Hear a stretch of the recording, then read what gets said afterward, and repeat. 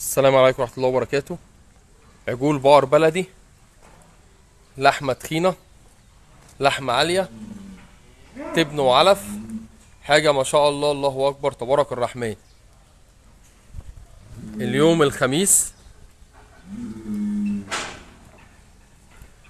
9/11/2023.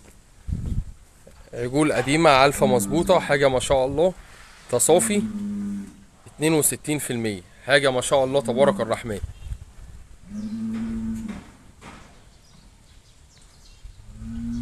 كله واقع يعني مش كلام.